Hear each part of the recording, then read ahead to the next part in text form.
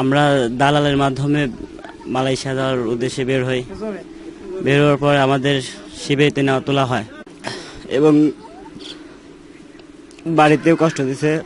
বাড়ি থেকে টাকা পয়সা নিয়েছে, আমাকে ওইখান থেকে মারি ফেলার ভয়তে বলছে যে 40,000 টাকা আনতে হবে, নইলে তোমাকে মেরে ফেলে দেবো। পরে আমি বাড়িতে ফোনে কথা বলি, বলে 40,000 টাকা আনি। টাকা নেওয়াই আবার এরপরে টাকা নেওয়ার পরে আমাকে জানায় হ্যাঁ টাকা পাইছি। টাকা পাওয়ার পরে আর আমাকে বাড়িতে কোনো যোগাযোগ করতে দেয়নি। না দেওয়ার পরে বাড়িতে আসার পরে আমি আবার শুনতে পাই যে আরো 1,30,000 টাকা নিয়েছে। শিবে যে কদিন ছিলাম না খেয়ে থাকার মতো, হালকা কিছু ভাত দিছে, 2টা শুকনা মরিচ দিছে, পানি হাফ দিছে, যা আদা বউ হয় না। পায়খানা পোশাক করতে গেলে আমাদের মারতো, আর লাঠি দিয়ে মারতো, পাইপ দিয়ে মারতো, বেল দিয়ে মারতো, ব্যাট দিয়ে মারতো, হাত দিয়ে মারতো। ওদের অনেক নির্যাতন করছে। আমাদের না বাসার সম্ভাবনা বেশি ছিল, তো মারপিট, রাতে ঘুমাতে দিত না।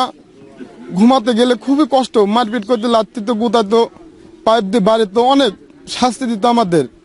শাস্তি দেওয়ার পরে তার পাশেও আমরা খুবই এইভাবে ছিলাম যে এত কষ্টভাবে ছিলাম যে প্রকাশে বলা যায় না।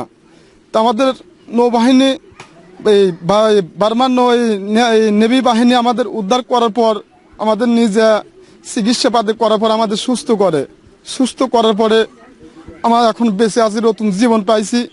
তো জীবন পাওয়ার পর দালালের আমরা বিচার চাই, আমরা কঠিন বিচার চাই। আমরা আমার যে পরিমাণ যে কষ্ট দিয়েছে, ইট চাইও তাহলে আর কোন মায়ের সন্তানের ধোকা দিন তাহলে না নিয়ে যায়, এর জন্য আমাদের কঠিন দালালের বিচার চাই আমরা। আমি মুদিখানার দোকানদারি করতাম, আমাদের লোভ দেখায় আমাকে নিয়ে গেছে মনে করেন মালয়েশিয়ার উদ্দেশ্যে। এখন দেশে ফিরে আসছি, খুব ভালো লাগতেছে, বাবা মার কোলে ফিরে আসছি। আমাদের বাড়ি বেশি, জমি বেশি আমরা টাকা দিছি, এর জন্য আমরা দালালের বিচার চাই।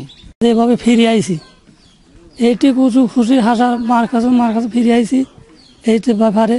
আর আল্লাহর কাছে কই যে কোনো মায়ের সন্তান এইভাবে যাতে নাগরিকভাবে না যায়,